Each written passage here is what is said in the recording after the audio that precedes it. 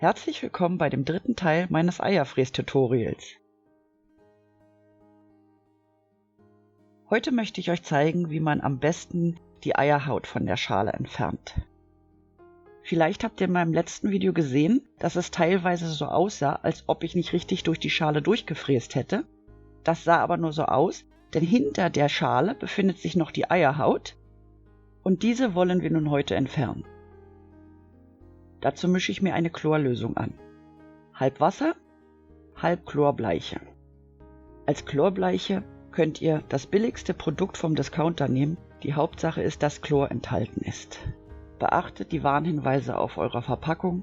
Solltet ihr empfindlicher sein, benutzt lieber Handschuhe. Und sollte mal etwas daneben gehen, seht zu, dass ihr es sofort mit Wasser entfernt, weil es ist nun mal Bleiche und entzieht alle möglichen die Farbe. Ich mische die Lösung in einem Schraubglas an, damit ich es hinterher verschließen und so mehrmals verwenden kann. Dabei ist aber zu beachten, dass die Einwirkzeit sich danach richtet, wie groß der Chlorgehalt in eurer Bleiche ist und wie oft ihr die Lösung schon verwendet habt. Daher ist es schwierig, eine genaue Zeitangabe zu machen. Am besten ist es, das Ei im Auge zu behalten und es nach 10 Minuten mal rauszunehmen, abzuspülen und zu gucken, ob sich die Eierhaut schon komplett aufgelöst hat.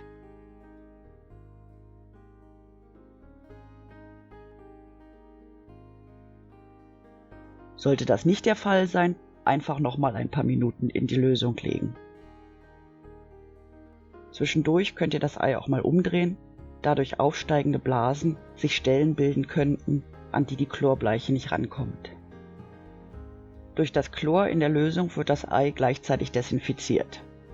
Außerdem lassen sich dadurch ganz einfach sowohl die Bleistiftlinien als auch die Stempel, die sich auf den Hühnereiern befinden, entfernen.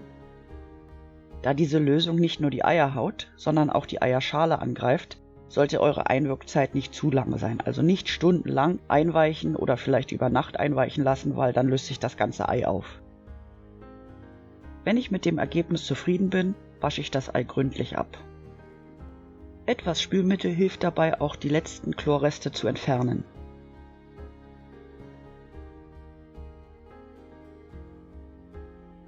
Das war im Grunde auch schon alles. Bevor ich das Ei nun anmale, lasse ich es erst richtig von innen und außen austrocknen. Ich hoffe, euch hat das Video gefallen und wir sehen uns dann beim nächsten Video. Wenn euch das Video gefallen hat und ihr mehr solche Videos sehen wollt, unterstützt mich, indem ihr ein Like und ein Abo dalasst. Tschüss!